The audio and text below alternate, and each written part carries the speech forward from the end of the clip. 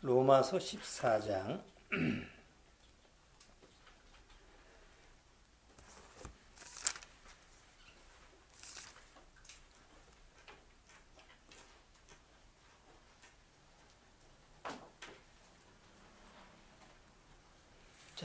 로마서 14장 10절서부터 12절까지 10절, 11절, 12절 같이 한번 읽어보겠습니다.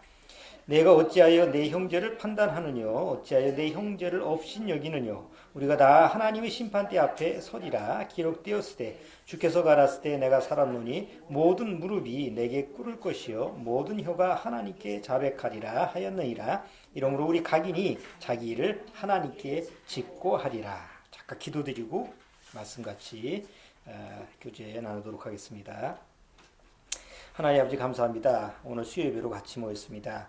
오늘도 우리에게 귀한 말씀 주셔서 하나님의 말씀을 옳게 분별하고 그 말씀을 통해서 이 세상을 이길 수 있는 그런 믿음의 또 성장이 또 한 발짝 한 발짝 이루어질 수 있도록 오늘도 주님이 인도하여 주옵소서.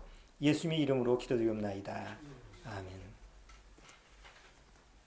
자, 오늘 로마서 14장 10절, 11절, 12절 이 내용을 보면 우리가 지난주에 하나님 앞에서 모든 삶, 날짜뿐만 아니고 우리가 사라지는 그 모든 것이 기준이 내가 아니라 바로 예수 그리스도 안에서 모든 기초가 되고 기준이 되어야 된다는 것을 같이 한번 살펴봤는데, 여기 오늘은 이제 10절서부터 12절 이 내용을 보면 제가 오늘 다루고 싶은 그 주제적인 그 단어가 하나님의 심판대 앞에 서리라 해서 이게 하나님의 심판대라는 단어가 나옵니다. 이게 그 킹제임스 버전에 보면 이게 하나님의 심판대라고 안 그러고 그리스도의 심판대로 이렇게 나와 있습니다. 근데 하나님의 심판대하고 그리스도의 심판대는 그 장소가 전혀 다릅니다. 그래서 로마서 14장의 전체적인 내용을 쭉 보면 요거는 그리스도의 심판대라고 표현하는 것이 킹제임스 버전에서 그 표현했던 것이 맞다라고 생각했는데, 다른 영어 성경에 보면 다 하나님의 심판대라고 되어 있어요. 우리말 번역도. 그래서 이제 헬라어를 찾아봤죠. 그래서 헬라어 원본에는 어떻게 됐나 했더니 헬라어는 그 그리스도로 되어 있어요. 예수님에 대한 그리스도로 되어 있기 때문에 이 그리스도라고 하는 심판대라고 하는 표현이 요 로마서 14장의 내용은 그렇게 봐야지 옳은 걸로 제가 생각이 됐어요. 근데 이제 우리말 번역에서는 이걸 이제 하나님의 심판대라고 해서, 물론 의미적으로 보면 크게 다른 건 아닌데, 이따가 좀 제가 여러분들하고 교제 나누다 보면 하나님의 심판대하고 그리스도의 심판대는 이게 구분이 돼야 되는구나라는 것을 우리가 좀 살펴볼 수가 있습니다. 그 성경에 보면 성경에 나오는 단어가 몇 개 정도 될 것 같습니까? 성경에 나오는 단어. 그런 걸 누가 셌겠어요? 라고 하지만 가끔 그런 사람들이 있습니다. 특이한 사람들이. 그래서 정확한 영어 성경이 다 그 성경이 우리말 단어만 있는 게 아니라 영어 단어라든가 다른 히브리어 또 이런 단어의 개념이 다르기 때문에 숫자가 다 일치할 수는 없는데, 대개 통계적으로 이제 100만 개가 좀 넘는다고 합니다. 그래서 거의 100만 개가 넘는 숫자의 단어들이 있는데, 그 단어들이 다 어떤 빛을 발휘합니다. 성경에 있는 단어는. 예를 들어서 우리가 사랑이라고 하는 단어는 세상에서 많이 쓰잖아요. 우리 사랑이라는 단어를 주로 이제 많이 사용하는데, 세상에서 사용하는 그 사랑이라는 단어에는 어떤 우리한테 계시해주는 빛이 없죠. 근데 성경에서 사랑이라는 단어는 우리한테 빛으로 계시를 해줍니다. 세상에서 은혜라고 하는 단어도 많이 씁니다. 부모님의 은혜, 스승의 은혜, 날짜도 정해놓고 은혜라는 단어도 많이 쓰지만, 세상에서는 그 은혜라는 단어가 어떤 빛을 비추지 못합니다. 어떤 그 의미에 대해서는 스승의 은혜하면 스승님에 대한 어떤 은혜를 우리가 기려야 된다. 부모님의 은혜하면 부모님의 어떤 고마움을, 이런 의미는 남겨져 있지만 그것이 빛을 발산하는 건 아니죠. 근데 우리가 성경을 통해서 은혜라는 단어를 보면 뭐예요? 그 안에 구원받고 나서 성경에 있는 이런 단어 하나를 보면 그 안에서 담겨져 있는 어떤 하나님의 계시의 빛이 우리 안에 비춰질 수 있는 거죠. 그러니까 어떻게 보면 100만 개가 넘는 그 엄청난 그 단어의 숫자가 마치 그냥 모래알 같은 보석과 같아요. 성경에 있는 단어들이. 막 100만 개가 넘는 그 보석 같은 막 모래알 같은 그런 단어들이 우리가 읽을 때마다 우리한테 하나님이 하늘로서부터 오는 그 어떤 계시를 주게 되죠. 그러니까 성경을 보면서 감동이 되고 마음속에서 감화가 오고 참 기쁨이 오고 감격스러운 그런 것을 우리가 느끼는 이유가 그거예요. 꼭 뭐 사랑, 은혜, 뭐 구원, 영생 이것만 가지고 우리가 빛을 얻는 것도 아니죠. 예를 들어 성경에 보면 사단이라는 단어도 나오고 귀신, 마귀, 뭐 악이라는 죄라는 우리가 부정적인 단어도 나옵니다. 그런데 그런 부정적인 단어라 할지라도 그 단어를 통해서 우리한테 구원의 길을 빛으로 계시해 주죠. 사단이라는 단어 때문에 우리가 사단한테 속았구나. 죄라고 하는 단어 때문에 하나님 앞에서 이렇게 죄인이 되었구나. 우리가 하나님 앞에서 이런 악이 있었구나라고 하는 것을 그 단어를 통해서 또 빛이 말씀의 빛이 계시가 됨으로 말미암아 하나님의 구원의 길 쪽으로 내가 인도받을 수가 있는 거예요. 그래서 성경 전체적인 단어를 보면 다 그것이 보석 같은 단어입니다. 근데 그 중에 오늘 제가 여러분들하고 나누고 싶은 심판이라는 단어, 이 심판이라는 단어도 아주 영롱한 보석과 같은 그런 단어이기도 합니다. 근데 이제 애석한 것은 지금 21세기에 와서 대다수 교회에서 심판이라는 단어를 얘기를 안 합니다. 일반 그 교회에서 목회자들이 설교를 할 때 거의 심판이라는 말을 사용을 잘 안 하는 것 같아요. 여러분들 기독교 방송을 보시면서 보통 복음주의에 속한 그런 목회자들은 심판이라는 얘기를 좀 많이 하지만 대다수 그 목회자들의 설교를 보면 심판이라는 단어를 잘 안 씁니다. 왜? 일단 심판이라는 단어가 사람들한테는 상당히 좀 부정적이거든요. 뭔 심판한다고 그래? 뭔 죄가 있다고. 가끔 그 거짓 이단들이라든가 아니면 말세에 대한 얘기를 가지고 막 할 때 사람을 겁줄 때 교회 나온 사람들을 막 심판이라는 말로 막 겁을 줘서 공갈 협박하는 이런 그 악한 단어로 이렇게 묘사할 때는 사용하지만 정말 그 사람들의 심령을 하나님 앞에 사랑하고 인도하기 위해서 이 심판이라는 이 귀한 단어를 사용하는 경우가 극히 드물고 또 구원받았다라고 하는 사람들의 모임인 교회 속에서도 심판이라는 단어를 점점 듣기가 어려워지게 됐죠. 그만큼 이 마지막 때에 사람들 마음속에서 심판이라는 단어? 그거는 나하고 좀 거리가 멀어. 그건 좀 기분 나쁘게 뭐 그런 얘기 할 필요 뭐 있어. 구원받았으면 됐지. 천국 가면 됐지. 이렇게 생각을 하는 거죠. 여러분들이 생각하실 때는 여러분들이 구원받고 나서 나한테는 심판이 없어. 너에게는 더 이상 심판이 없다라고 하나님이 약속을 하셨기 때문에 난 더 이상 심판받을 필요 없어. 이렇게 생각하실지 모르겠어요. 그런데 오늘 제가 이제 여기 로마서 14장에 이 본문에서 하나님이 심판대라는 말이 나왔지만 사도 바울은 여기서 형제를 판단하지 말라. 왜 형제를 업신 여기느냐? 우리가 모두 하나님의 심판대 앞에 설 것이다. 이렇게 얘기를 하거든요. 그렇게 보면 이거 뭐 구원 받은 사람이나 안 받은 사람이나 지금 다 하나님의 심판대 앞에 쓴다는 건가? 이렇게 이제 혼란스러워요. 근데 여기서 요 대상은 구원받은 사람들입니다. 그래서 사도 바울이 구원받은 사람을 대상으로 지금 이 얘기를 한다면 하나님의 심판대가 아니고 그리스도의 심판대라고 이렇게 표현하지 맞습니다. 그래서 이제 11절 이하 기록되었을 때 주께서 가라사대 내가 살았노니 모든 무릎이 내게 꿇을 것이요 모든 혀가 하나님께 자백하리라 하여내이라. 이러므로 우리 각인이라는 것은 구원받은 성도들을 얘기합니다. 우리 각인이 자기 일을 하나님께 어떻게 하라는지요? 직고하리라. 직고한다는 건 뭐예요? 하나님과 개인적으로 이렇게 자기 일을 얘기할 거다. 여러분 죄인이 심판대 앞에 재판정 앞에 서면 그 재판정과 죄인이 마주하는 거잖아요. 그리스도의 심판대도 마찬가지예요. 바로 예수 그리스도와 나와 대면해서 바로 하나님 앞에서 내가 이제 그리스도 앞에서 내가 심판받아야 될 그런 요소가 구원받은 사람한테도 있다는 거죠. 구원받지 못한 사람만 심판대 앞에 가는 게 아니라 구원받은 사람도 심판대가 있는데 다른 심판대라는 거죠. 그래서 전혀 다른 장소예요. 그래서 성경에서는 이거를 딱 구분을 해줍니다. 심판이라고 하는 부분에 대해서 우리가 성경을 통해서 보면 창세기에서부터 요한계시록까지 심판이라는 그 내용은 계속 골고루 나옵니다.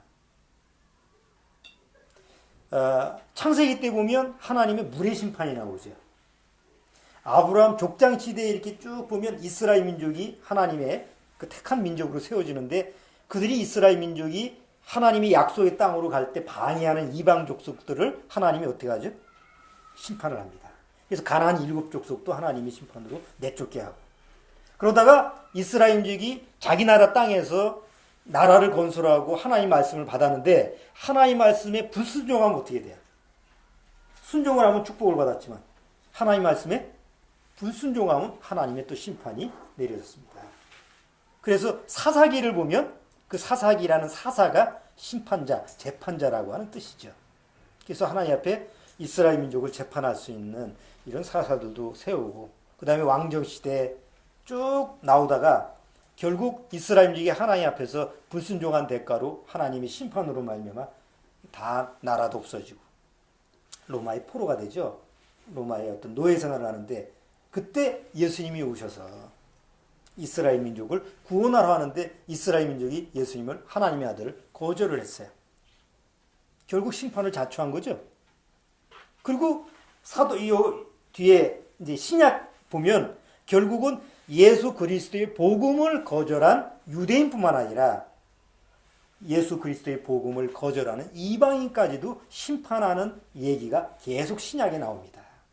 한번 예수님이 심판에 대한 얘기를 반복하셨던 얘기를 한번 잠깐 볼까요? 요한복음 3장. 자, 요한복음 3장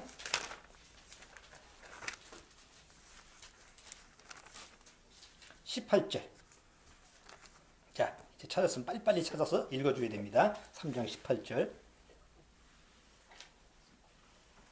저는 믿는 자는 심판을 받지 아니하는 것이요 믿지 아니하는 자는 하나님의 독생자의 이름은 믿지 아니함으로써 심판을 받은 것이니라. 이거 누가 한 얘기죠? 예수님이 하신 얘기입니다. 그러면 예수님이 말씀을 하시면서도 계속 뭐에 대한 단어를 쓰죠?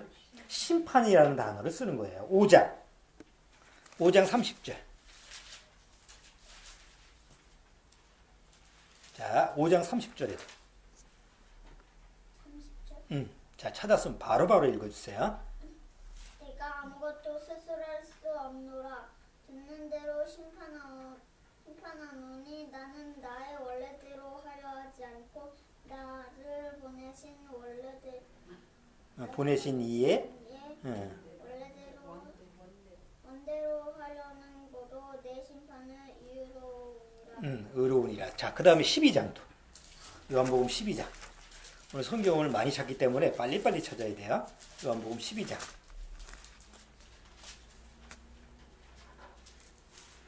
(31절)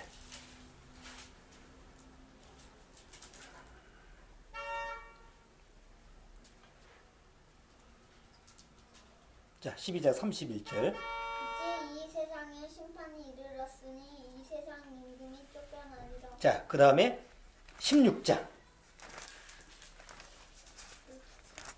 자, 16장 11절. 심판에 대하여라 하면 이 세상 임금의 심판을 받아느니라. 자, 여기 계속 예수님이 계속 뭐에 대한 단어를 썼어요? 계속 심판에 대한 얘기를 얘기하죠.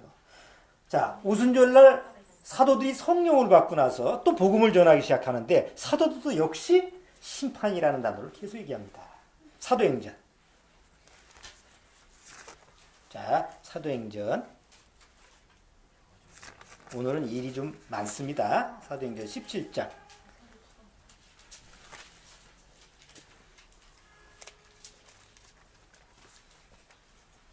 자, 사도행전 17장 31절.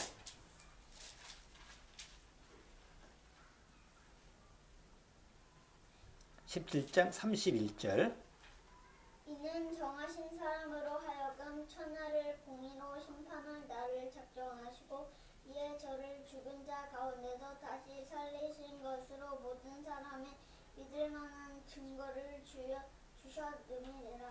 자, 잘했어. 그 다음에 디모데후서.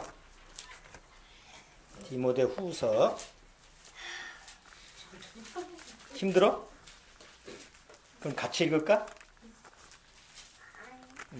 그건 싫고 디모데후서. 그러면 잘 읽어줘야지.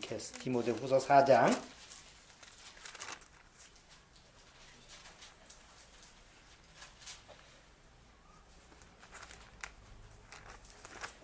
잠깐만.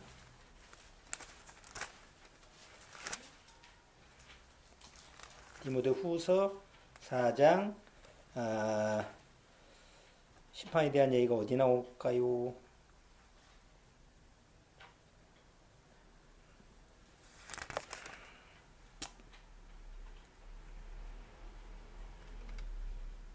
요거 내가 지금 잘못 여기서 인용을 했는가 본데 심판에 대한 얘기가 안 나오네. 자, 다른 거 한번 봅시다. 히브리서.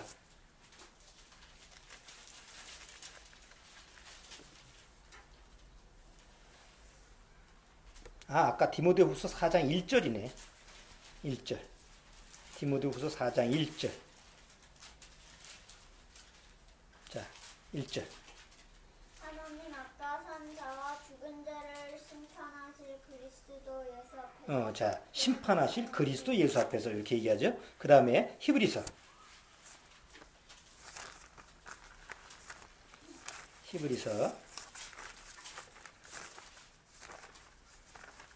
10장. 히브리서 10장. 10장 27절.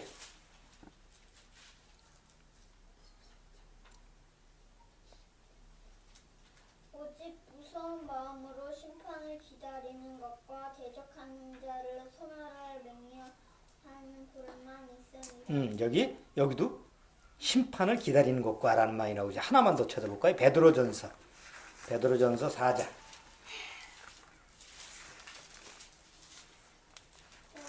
자, 베드로전서 4장.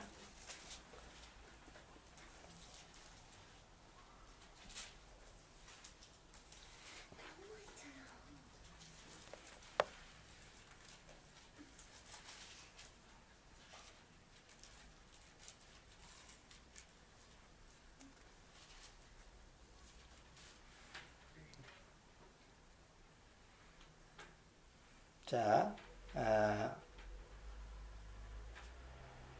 6절. 읽어요. 이를 위하여 죽은 자들에게도 복음이 전파되었으니 이는 육체로는 사람처럼 심판을 받으나 영으로는 하나님처럼 살게 하려 함이라. 자, 그 다음에 이제 만물의 마지막이 가까웠으니, 만물의 마지막이라는 건 이제 심판 때가 가까웠다는 얘기죠. 자, 계속 사도들도 뭐에 대한 얘기를 반복하죠? 심판이라고 하는 부분에 대한 얘기를 계속 반복하는 거예요. 그러니까 심판이라는 단어는 성경 전체적인 얘기에서 가장 아주 우리한테 핵심적인 어떤 말씀을 주는 단어예요. 그런데 그러면 정작 마지막 때가 되면 될수록 심판에 대한 얘기가 더 많아져야 되는 거죠. 많이 다뤄야 되는 거 아니에요? 마지막 때가 되면 심판 때가 가까웠으니까. 그런데 오히려 거꾸로 마지막 심판 때가 가까웠는데 교회에서는 심판에 대한 얘기를 점점 안 하게 하는 거예요. 이 사단의 역사라는 거죠. 자, 그러면 한번 성경을 통해서 두 가지 심판하는 장소가 있는데 그 두 가지의 장소에 대한 모습을 한번 우리가 구분을 한번 해보죠. 먼저 하나님의 심판 때라고 하는 건 요한계시록 20장. 요한계시록 20장. 우리가 다 잘 아는 백보자 심판이라는 게 있죠. 요한계시록 20장 11절. 자, 거기는 우리 같이 한번 읽어봅시다. 11절. 같이 한번 읽어봅시다. 자, 가시오. 자, 11절. 또 내가 크고 흰 모자와 그 위에 앉으신 자를 보니 땅과 하늘이 그 앞에서 피하여 간되었더라. 또 내가 보니 죽은 자들이 물온대소하고 그 모자 앞에 서는데 책들이 펴있고 또 다른 책이 펴졌으니 곧 생명책이라. 죽은 자들이 자기 행위를 따라 책들에 기록된 대로 심판을 받으니. 자, 여기 마지막 때 이제 하나님의 그 백고자 심판이라고 하는 하나님의 심판대 앞에 남녀노소 물어나고 다 간다고 그래요. 거기에 가는 사람은 누가 가는 거예요? 모든 사람이 가는데 구원받지 못한 사람, 생명책의 이름이 기록되지 않은 사람이 다 가게 돼 있어요. 한번 우리가 이런 걸 생각해 봐야 돼요. 사람들이 이제 심판에 대한 그 단어라든가 심판이라는 말을 교회 나가면서도 뭐 좀 듣기 싫어하고 다루기 싫어하고 그러는데, 그럼 내가 듣기 싫다고 해서 이 내용이 그러면 거짓말이냐? 만약에 이것이 단순히 겁주기 위한 말이라고 한다면 사실은 우리가 성경을 믿을 수가 없죠. 어떤 부분은 내가 구원받았다라는 건 사실이고 하나님이 심판한다라고 하는 사실은 거짓말이라고 한다면 내가 구원받았다라는 말도 거짓말이 될 수가 있는 거예요. 이 심판이라고 하는 말은 사람들이 자기가 듣기 좋아하든 듣기 싫어하든 관계없이 이것은 사실이고 진실이에요. 그러니까 어느 날 여기 기록된 대로 하나님의 크고 흰 보좌는 백보자 심판이라고 하는 그 장소에 누구든지 반드시 이 장소에 가게 돼 있어요. 구원받지 못한 사람은 누구나 가게 돼 있어요. 자, 여기의 심판장은 누구시죠? 여기의 심판장은 하나님 자신이에요. 시편 50편 6편에 보면 하나님이 재판장이시다라는 말이 나와요. 따로 찾지는 않을게요. 제가 그냥 말로 표현을 할게요. 자, 그 다음에 거기는 시편 9편에 보면 거기는 심판의 보좌가 있는 곳이다. 이렇게 또 시편 9편에는 7절에서 8절 그렇게 나와 있고, 그 다음에 잠언서 19장 29절에 보면 거기는 누가 가냐? 모든 거만한 자가, 그러니까 복음을 거절하고 예수 그리스도를 거절하는 모든 교만한 자, 거만한 자가 가는 곳이 바로 그곳이다라고 잠언서에서는 또 표현되고 있고, 우리가 잘 아는 히브리서 9장에 사람이 한 번 죽는 것은 정한 것이요, 그 후에는 뭐가 있어요? 심판이 있어요. 그러니까 누구나 한 번 죽잖아요. 그럼 죽음은 끝이 아니고 한 번 죽는 것은 정한 것인데 그 후에는 심판이 있다라고 하는 것이 히브리서 9장 27절에 딱 기록이 되어 있는 거죠. 자, 전도서 한번 볼까요? 전도서 12장.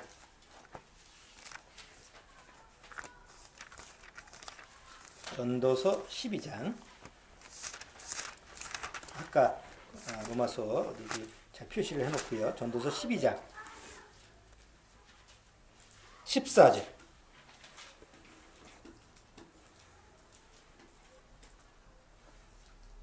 맨 끝절 12장 14절 보면,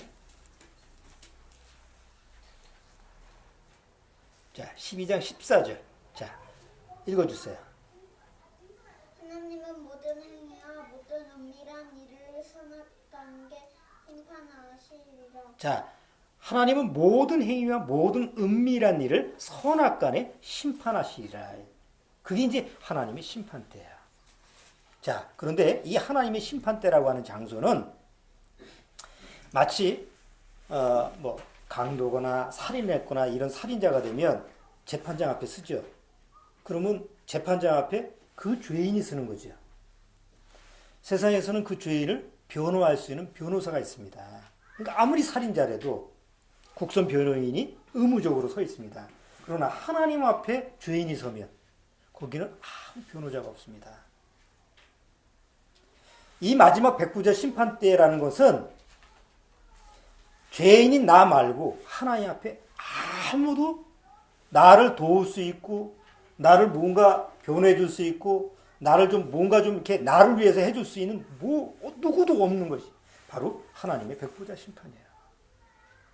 그러니까 죄인인 내가 하나님 앞에 그냥 홀로 서서 심판을 받는 곳이에요. 거기는 용서라는 단어가 없어요. 하나님의 심판대 앞에서는 용서라는 단어가 없어요. 성경에는 용서라는 단어가 많아요. 성경 안에는 용서라는 그 보석 같은 단어가 많습니다. 그런데 이 하나님의 심판대 앞에 나가면 거기는 더 이상 용서라는 단어가 없어요. 하나님의 긍휼이라는 단어가 없어요. 하나님의 사랑이라는 단어가 없어요. 그냥 그것은 그냥 죄를 심판하는 하나님의 공의의 심판 장소예요. 차라리 세상에서는 아무리 흉악범이고 살인범이라 할지라도 그 사람한테 뭐 변호할 수 있는 그런 뭐 여유가 있잖아요. 아무리 이 사람이 악인이고 살인범이라 할지라도 이 사람의 사는 동기를 보면 어렸을 때 이런 피해를 입고 이렇게 해서 누군가 변호를 해줄 수 있는 말이라도 해줄 수 있어요. 그런데 하나님의 마지막 이 백보자 심판대 앞에 가면 내가 억울해도 억울할 건 없지만 누구라도 나를 변호할 수 있는 그런 장소가 아니라는 아주 끔찍한 장소죠. 자, 그런데 사람이 마지막 그렇게 가다 보면 우기게 되잖아요. 내가 여기 올 사람이 아닌데, 특히 아마 그렇게 우기게 되는 사람이 하나님을 나름대로 잘 거듭나지 못했는데 하나님을 너무 잘 믿었던 사람. 구원은 못 받았지만 하나님에서 열심히 살았던 사람. 그래서 뭐 목사라든가 장로라든가 집사라든가 내가 전 물질을 사용해서 교회를 몇십 개 짓고 이런 나름대로 기독교 종교에 대해서 심취했던 사람들이 다 억울할 거예요. 아니 나가 아니면 어떻게 누가 구원받습니까? 나 억울합니다. 난 틀림없이 여태껏 내 생명책에 하나님의 생명책에 내 이름이 기록된 걸 믿고 확신하고 있는데 이 무슨 소리입니까? 라고 해서 그렇게 박박 우기는 사람들이 있을 것 같아서 생명책은 다른 말로 어린 양의 책이라고 합니다. 요한계시록 보면 어린 양의 책이에요. 자, 그 안에는 구원받은 사람의 이름만 기록되어 있습니다. 구원받지 못한 사람의 이름은 절대 기록이 안 되어 있습니다.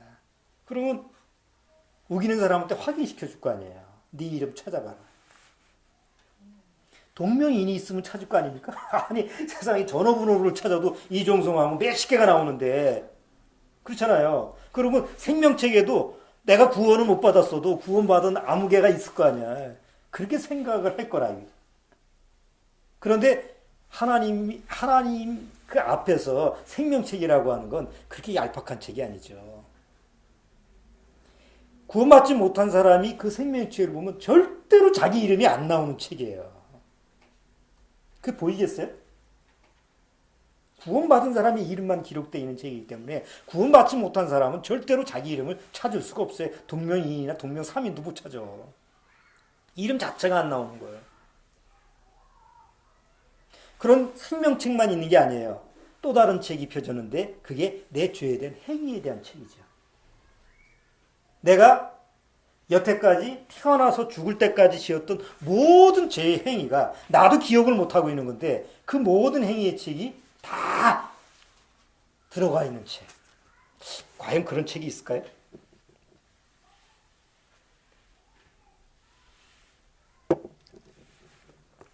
사람의 기억력이 굉장히 뛰어나요.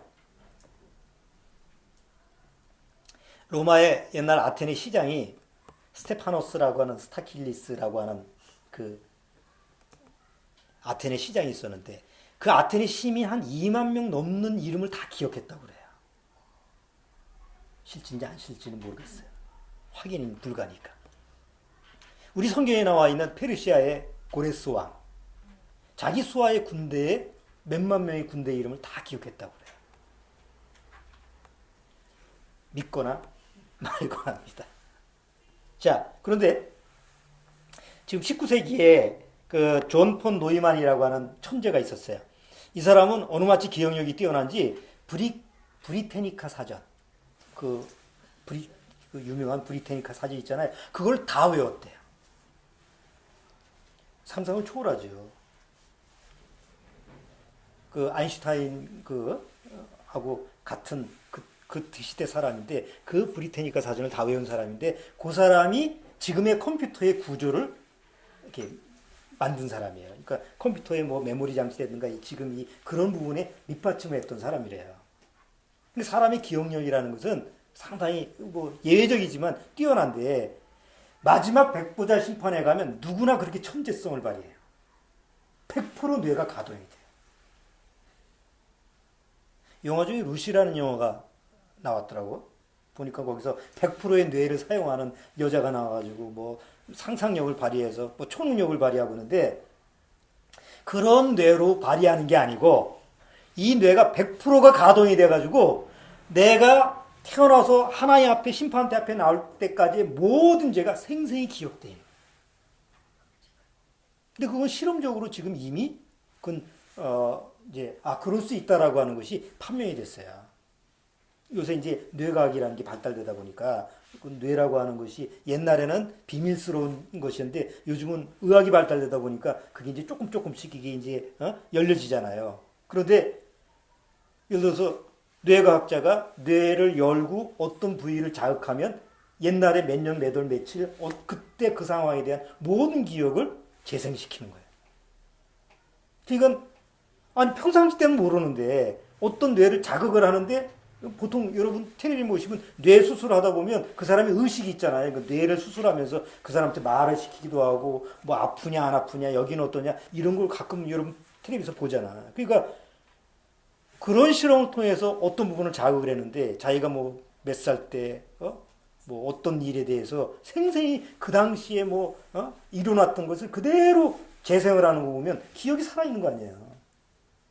그러니까 의학적으로 그 정도로 지금 이렇게 증거가 드러난다면 마지막 하나님의 백부자 심판 때에서 우리 뇌를 창조하시는 하나님이 내 죄에 대한 100% 기억을 다시 재생시키는 게 뭐가 문제겠어요? 아무 문제가 안 되지. 그런 때가 오는 거예요. 자, 문제는 하나님이 말씀하시는 죄라고 하는 그 개념은요. 단순히 내가 저지른 죄에 대한 결과만 얘기하는 게 아니에요. 하나님이 심판하는 것. 아까 전도서 12장에 뭐라고 그랬어요? 그의 은밀한 것까지 심판한다고 그랬죠. 그 은밀한 것은 동기예요. 죄의 결과, 죄의 행위만 내가 심판하겠다는 게 아니라 그 동기까지 심판하겠다는 거예요. 자, 예수님이 십계명에 대한 얘기를 제자들하고 얘기하면서 살인하지 말라 하였거니와 나는 다시 너에게 이르노니 마음에 미워하거나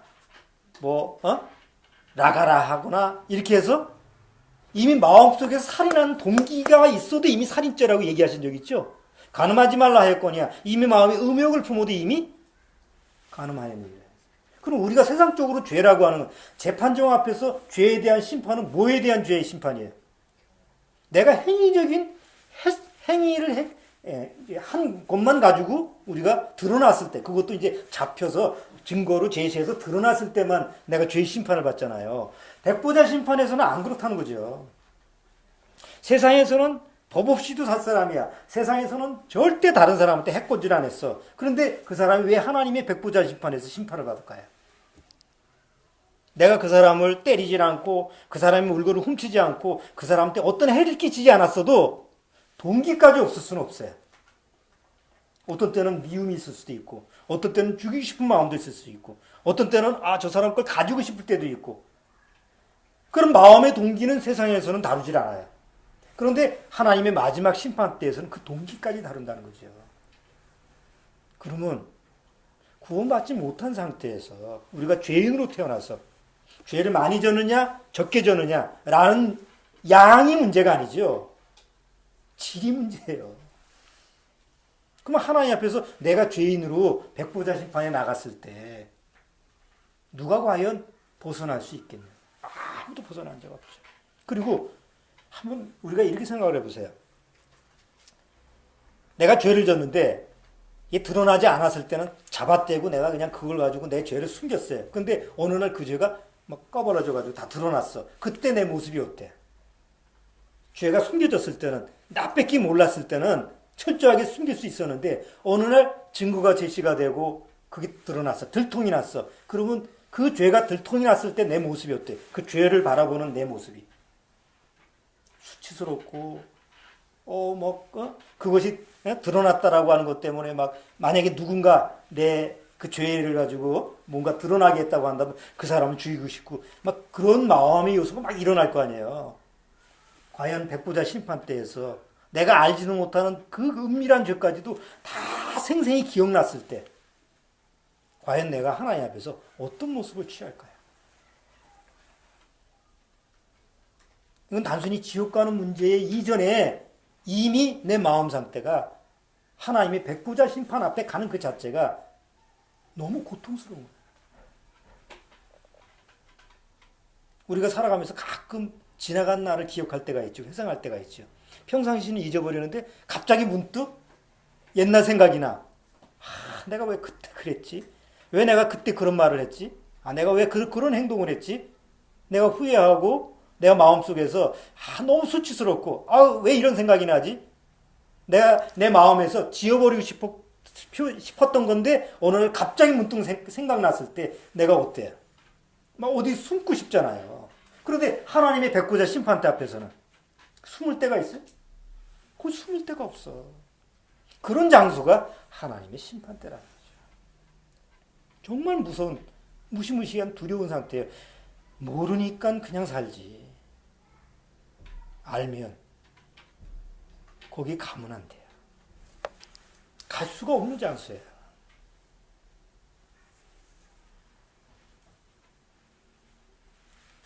자, 그런 데가 하나님의 심판대입니다. 자, 근데 또 하나의 심판대가 어디라고요? 하나님의 심판대는 죄인이 가는 곳이고 하나님의 복음을 거절하는 사람이 가는 곳이고 예수 그리스도를 영접하지 않는 사람이 가는 곳이라면 이제 그리스도의 심판대는 거기는 죄인이 가는 곳이 아니에요. 죄인은 갈 수가 없어요. 오직 구원받은 성도만 가요. 구원받은 사람만이 가요.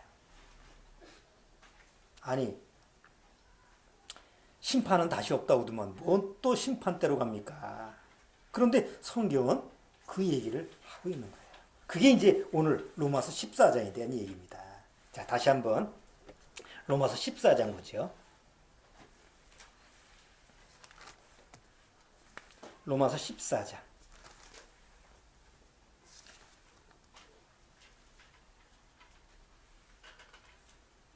10절. 내가 어찌하여 내 형제를 판단하느냐? 어찌하여 내 형제를 업신여기느냐? 우리가 다 하나님의 심판대 앞에 서리라. 자, 구원받은 형제, 구원받은 자매, 다 구원받은 형제 자매끼리 왜 판단하느냐? 우린 다 그리스도의 심판대 앞에 설 거다. 로마에 있는 그 성도들이 아마 여전히 육에 연약한 모습이 있다 보니까 계속 형제 자매라고 하면서도 판단하고 서로 또 다투고 이런 구원받은 우리 모임 속에서도 늘 그렇듯이 그런 부분이 있었던 것 같아요. 사도 바울이 다시 그런 부분을 이렇게 얘기하는 거예요. 우리가 다 그리스도의 심판대 앞에 갈 거다. 자, 그런데 한 군데를 더 볼게요. 고린도 후서. 요 같은 그런 내용으로 고린도 후서 5장. 5장 10절에 보면 여기는 정확하게 그리스도라고 하는 표현이 되어 있네요.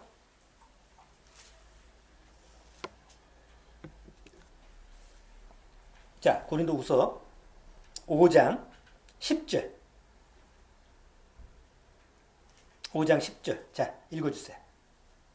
이는 우리가 다 반드시 그리스도의 심판대 앞에 드러나 각각 선한 깡에 그 몸으로 행한 것을 따라 받으려 함이라. 자, 여기 10절 잘 보세요. 이는 우리가 다 반드시, 그냥 다 간다는 얘기가 아니라 반드시라는 말이 나와요. 반드시가 뭐예요? 꼭 예외가 없어요. 구원받으면 누구나 반드시 그리스도의 심판대 앞에 드러나 각각 선악간에 그 몸으로 행한 것을 따라받으려 함이라. 뭘 따라받아요? 몸으로 행한, 그러니까 행위에 대한 심판이라는 거죠. 그러니까 선악간이라는 것은 옳게 행했든지 그르게 행했든지 받는데 죄에 대한 심판이 아니라는 거예요. 그래서 요거는 상급에 대한 심판입니다. 만약에 이게 또 구원받은 다음에 죄에 대한 심판이라고 한다면 히브리서에 내가 너희 죄를 다시는 기억지 아니하리라 라고 하는 말은 거짓말이 되는 거죠. 이제 너희가 심판에서 생명으로 더 이상 하나님 앞에서 심판이 없다라고 약속으로 말씀하셨는데 그 말이 거짓말이 되는 거예요. 그러니까 죄에 대한 심판이 아니에요. 자, 그러면 무슨 상급이냐? 어떤 목사님이 이런 예화를 얘기했는데 적절한 예화 같아요. 제가 같이 인용을 한번 해볼게요. 어떤 주인이 종이 있었는데 한 수십 년 동안 그 주인을 위해서 막 봉사를 많이 했어요. 그래서 주인 마음속에서 아이고 이 종 은퇴를 시켜야 되는데 선물을 하나 줘야 되겠다. 그래서 그 이제 두 종한테 종들한테 이제 그런 선물을 주려고 하는데 은퇴하는 두 종한테 이제 미션을 하나 준 거예요. 나를 위해서 아주 멋있는 집을 좀 지어라. 어?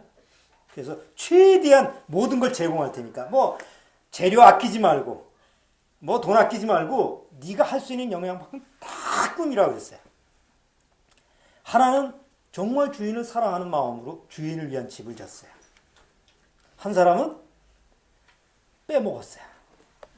기둥 5개 세울 거 3개만 세우고 뭐 바닥 공사할 때 또 세면 5포대 들어갈 걸 2포대만 넣고 하여튼 뭐 자기 이제 은퇴를 위해서 빼돌린 거지. 주인이 무한정 쓰라고 그랬으니까.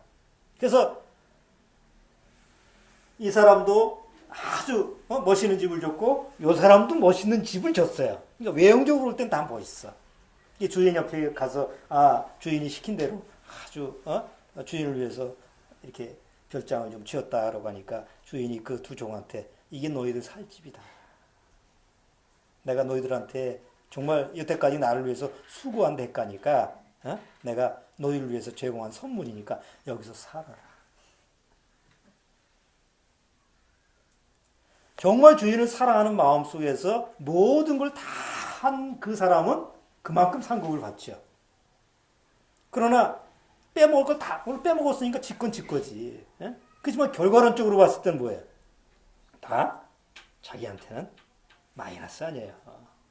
마치 하나님 앞에서 내가 상급을 받는 모습이 뭐 적절한 비유는 아니지만 예화를 들었을 때 그래 하나님이 나를 위해서 이런 걸 제공해 주시는데 그걸 감사하고 사랑하는 마음으로 그걸 받는 사람이 있는 반면 어떤 사람은 그걸 놓치는 사람이 있다는 거죠. 하나님의 구원이라는 것은 거저 받습니다. 값 없이 받습니다. 그러나 상급은 값 없이 받는 게 아닙니다. 사람들은 착각을 합니다. 구원 받은 이후에도 은혜로 구원을 받았으니까 천국 가서도 은혜로 상 받는 거 아니야? 절대 그렇지 않습니다. 여러분 한번 생각해 보십시오. 예수님이 십자가에 죽을 때 한편 강도가 돌이켰습니다. 그래서 즉시로 구원을 받았습니다. 그래서 예수님이 십자가에 돌아가실 때 같이 죽어서 어디로 갔어요? 오늘 내가 나와 함께 낙원에 있으리라 해서 죽기 직전에 구원받은 사람입니다. 사람들은 다 그걸 소원합니다. 내가 죽기 직전까지 놀다가 죽기 직전에 그 강도처럼 다 구원받으면 얼마나 좋을까. 구원만 받으면 좋겠죠. 그런데 사도 바울은 한 30대 후반에 구원을 받고 나서 거의 한 40년 주님의 고난에 동참했어요. 40의 강한 말을 3번씩이나 얻어맞고 또 그 소아시아 지병을 전도를 하러 다니면서 강도의 위험, 그냥 죽을 고생을 그냥 많이 했어요. 그 많은 고난을 통해서 그가 마지막까지 순교를 할 때까지 그 삶이 바로 예수님과 함께 구원받은 그 사람과 동일한 상급을 받는다고 한다면 그건 불공평하지. 구원은 값없이 받았지만 천국에서 상을 받는 것은 그 강도와 사도 바울은 전혀 달라요. 하나님은 공의의 하나님이고 공평의 하나님입니다. 그래서 뭐가 있는 거예요? 단순히 구원만 중요하고 구원이 끝이라고 한다면 하나님의 심판 때만 있으면 됩니다.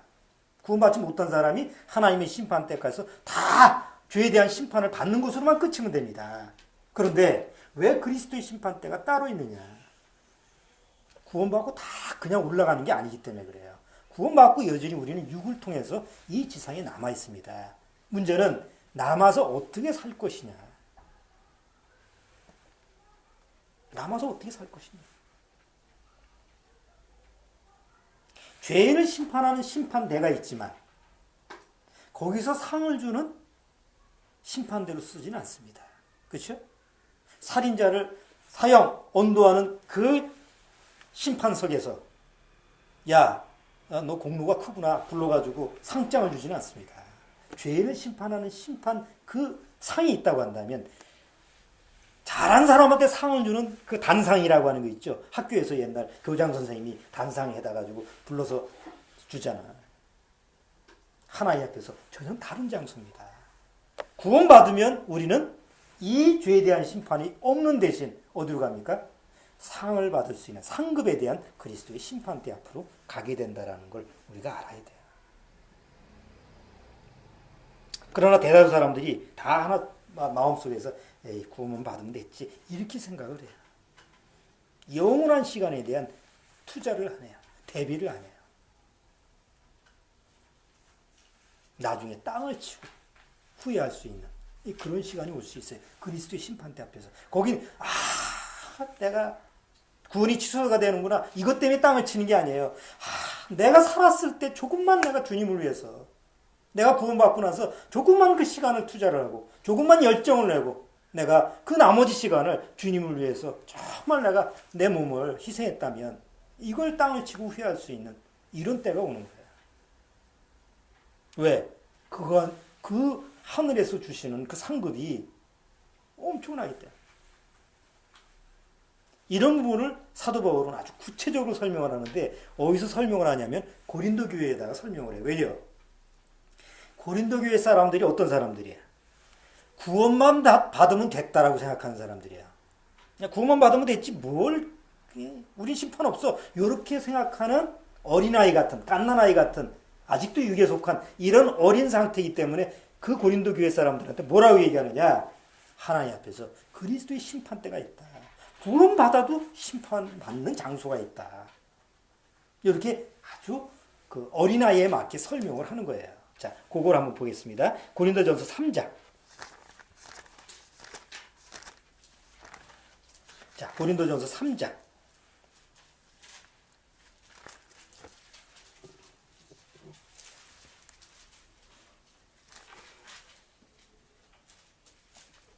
자, 고린도전서 3장 1절.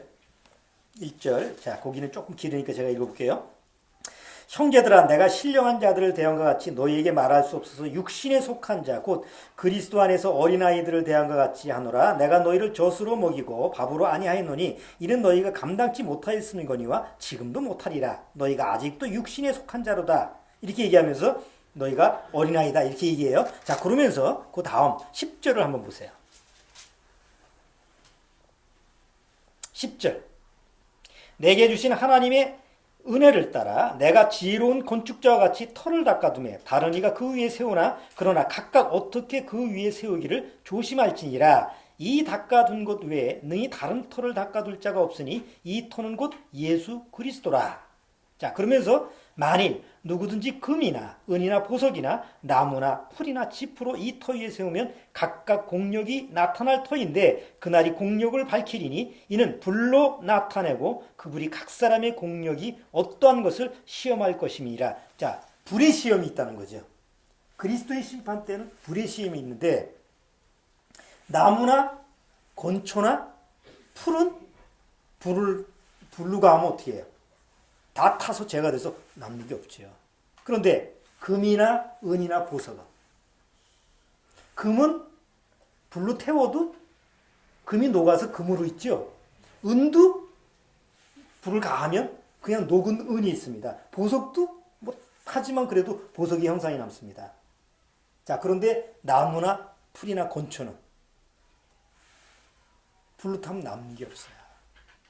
왜 이 얘기를 하느냐면 어떤 사람은 그리스도라고 하는 그 터 위에다가 집을 세우는데 어떤 사람은 나무로 세운 사람도 있고 어떤 사람은 건초로 세운 사람도 있고 풀로 세운 사람도 있다. 근데 어떤 사람은 금으로, 은으로, 보석으로 세운 사람이 있다. 과연 불의 시험이 있을 때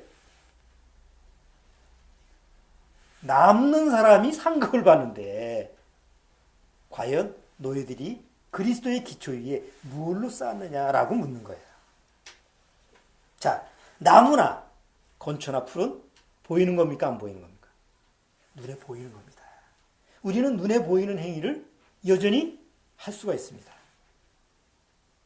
정중하게 예배드리는 모습을 보여줄 수 있고 아주 믿음 좋은 사람으로 기도하는 모습을 보여줄 수 있고 열심히 봉사해서 아무개 자매, 아무개 형제 교회에서 저 사람 없으면 일이 안 돼 이럴 정도로 칭찬을 들을 수 있는 외적인 모습을 취할 수가 있습니다.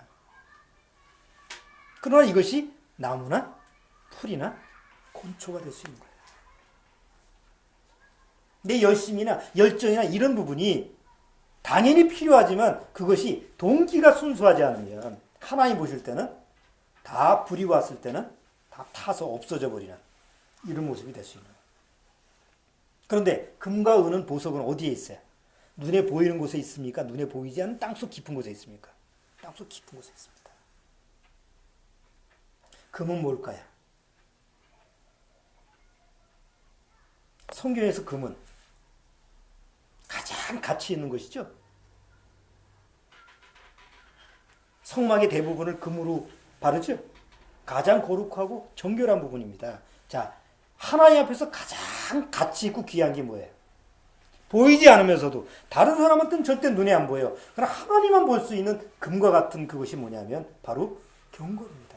하나님을 경외하는 믿음입니다. 그건 눈에 보이는 게 아니에요. 저 사람이 하나님을 경외하는가? 저 사람이 정말 하나님을 경외하는 그런 경건한 사람인가? 외적으로 볼 수가 없어요. 그런데 하나님은 그 금과 같은 그런 믿음의 요소를 하나님이 보실 수가 있죠. 과연 그 믿음을 가지고 있는 사람, 금보다 더 귀한 그런 믿음을 가지고 있는 사람이 어느 날 그리스도의 심판대 앞에 섰을 때 어떤 불의 시험이 와도 뭐가 남는 거예요? 금보다도 없어지지 않는 그런 하나님을 경외하는 믿음이 남아있는 거예요. 은은 뭘 얘기할까요?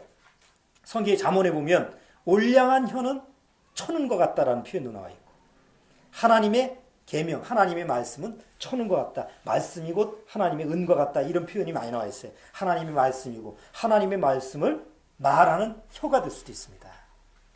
우리가 구원받고 나서 내가 하나님의 생명의 말씀을 전했을 때 그 생명의 말씀이 오히려 다른 심령을 구원시켜주고 그 사람을 죄에서 구원할 수 있는 이런 생명의 말씀을 전하는 입이라면 그런 혀라면 눈에 보이지 않지만 하나님 앞에서 참 은과 같은 그런 귀한 모습을 가지고 있는 거예요.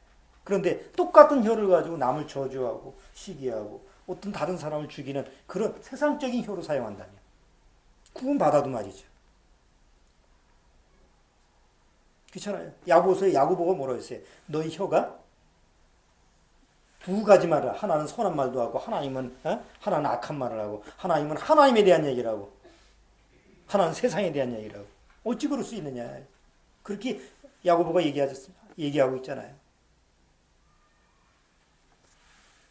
마지막 보석이라고 하는 건 뭘까요? 이스라엘 민족의 제사장이 입는 옷을 보십시오. 제사장의 흉패, 가슴에 뭘 가지고 있어요? 흉패 12보석이 박혀 있습니다. 뭐 홍마노, 백옥, 무슨 여러 가지 그냥 보석이 12보석이 있어요. 12보석은 누구를 상징하죠? 이스라엘 민족의 12지파를 상징합니다. 양쪽 견장에는 호마노라고 하는 보석 위에다가 6개 지파를 딱 이름을 새겼습니다.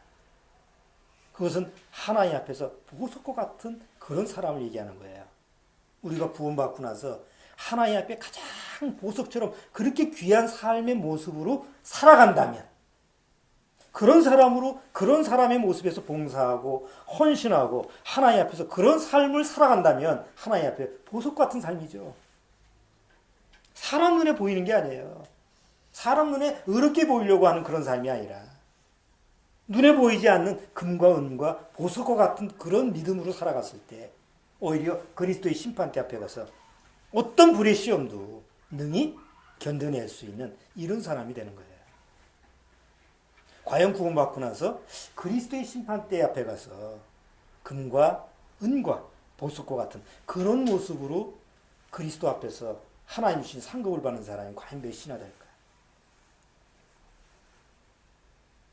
구원받은 역대 그 목회자들이 이런 설교를 쭉 하는 걸 제가 보니까 굉장히 안타까워하는 것이 그러더라고요. 공통적으로. 그리스도의 심판대 앞에서 정말 금과 은과 보석과 같은 그런 하나님 앞에 상급을 받을 수 있는 이런 사람이 너무 적다는 사실이 너무 슬프다. 그렇게 엄청난 구원을 받고 그렇게 세상에서 얻을 수 없는 하늘의 그 생명을 받았음에도 불구하고 하나님의 심판대 앞에서는 면한다는 그 하나, 알량한 그거 하나, 그거 가지고 가장 여전히 세상에서 허우적거리는 사람이 너무 많다. 그거 가지고 아주 애통해하는 모습을 봐요. 저도 공감을 해요. 동감을 합니다. 그렇지만 우리가 정말 구원받았다고 한다면 단순히 하나님의 죄에 대한 심판을 면한 것 그것만 가지고 만족할 것이 아니라 우리한테는 달려갈 표대가 있지. 사도 바울이 뭐라고 그랬어요? 내가 뒤에 것은 잊어버리고 앞에 있는 표대를 향해서 달려간다고 그랬어요. 왜 달려가죠? 마라톤 선수가 왜 달립니까? 죽으라고. 왜 100m 칼 루이스인가? 지금 칼 루이스가 아니지. 옛날에 그 육상 선수가 왜 앞에 그 내가 도달할 그 표대를 향해서 왜 달려가요? 왜 올림픽에서 죽으라고 선수들이 달려갑니까? 상을 받기 위해서 그런 거 아니에요. 금메달을 하기 위해서, 금메달을 따기 위해서 그런 거 아니에요. 여러분, 구원받은 이에 우리의 신앙도 마찬가지입니다. 절대 구원은 취소되지 않습니다. 절대 죄에 대한 심판은 받지 않습니다. 그러나 절대 죄에 대한 심판을 받지 않고 절대 구원이 취소가 되지 않는다라는 그거 하나 가지고 만족하기에는 하나님이 우리한테 주시는 그 상급이 너무 크다는 거죠. 하나님이 우리한테 주시고자 하는, 구원받은 나한테 주시고자 하는 그 엄청난 상급이 너무너무 큰데 대다수 많은 사람들은 그냥 구원 하나 받고 그것도 그냥 구원 하나 받고 근근히 그거 하나 지키는데 애를 쓰는 모습이 너무 많아. 자, 오늘 로마서 14장 10절을 보면서 두 개의 심판대가 있다. 심판하는 장소가 두 장소가 있다라는 걸 여러분들이 꼭 기억하시고 그 심판의 때가 언제 올 거냐? 야고보서는 이렇게 얘기했습니다. 야고보서 5장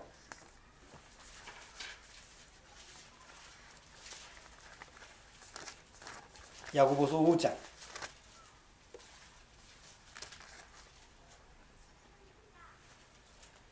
자, 야고보서 5장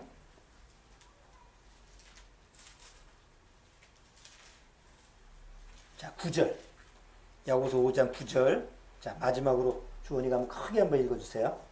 형제들아 서로 원망하지 말라. 그리하여 심판을 면하리라. 보라 심판자가 밖에서 계시니라. 심판자가 어디에 있다고? 심판자가 어디 있다고 그래요? 멀리서 오는 게 아니에요. 다른 나라에서 오는 게 아니에요. 지금 하늘에서 오는 게 아니라 문 밖에 서 계시느니라. 이게 2000년 전 얘기예요. 2000년 전에 문 밖에 계시면 지금은 문 열고 들어와 했어야 되는데 아직도 문 밖에 계셔. 시간 밖에 계신 분이니까. 그만큼 하나님의 심판이라고 하는 것은 먼 얘기가 아닙니다. 내가 언제 죽을지 모르잖아요. 개인적으로도. 이 세상이 심판하기 전에 이미 내 개인적인 죽음도 언제 올지 몰라요. 그래서 우리가 항상 하나님 앞에서 경계심을 가져야 돼. 그렇지. 그냥 구원받고 나서 그 구원 하나 지키는데 구원받은 이후에 그 생활하는데 그냥 그것도 힘들다고 하면 그건 너무 사치요. 이제는 그리스도의 심판대 앞에 내가 갈 준비를 갖추는 것이 이게 구원받은 이후에 지혜로운 모습이라는 거. 오늘 14장 10절, 11절, 12절 그 내용을 보면서 한번 이 두 가지의 심판대에 대해서 같이 생각을 해봤습니다. 여러분 마음속에서 많이 좀 묵상을 해보셔야 될 것 같습니다. 자, 오늘은 여기까지 하겠습니다.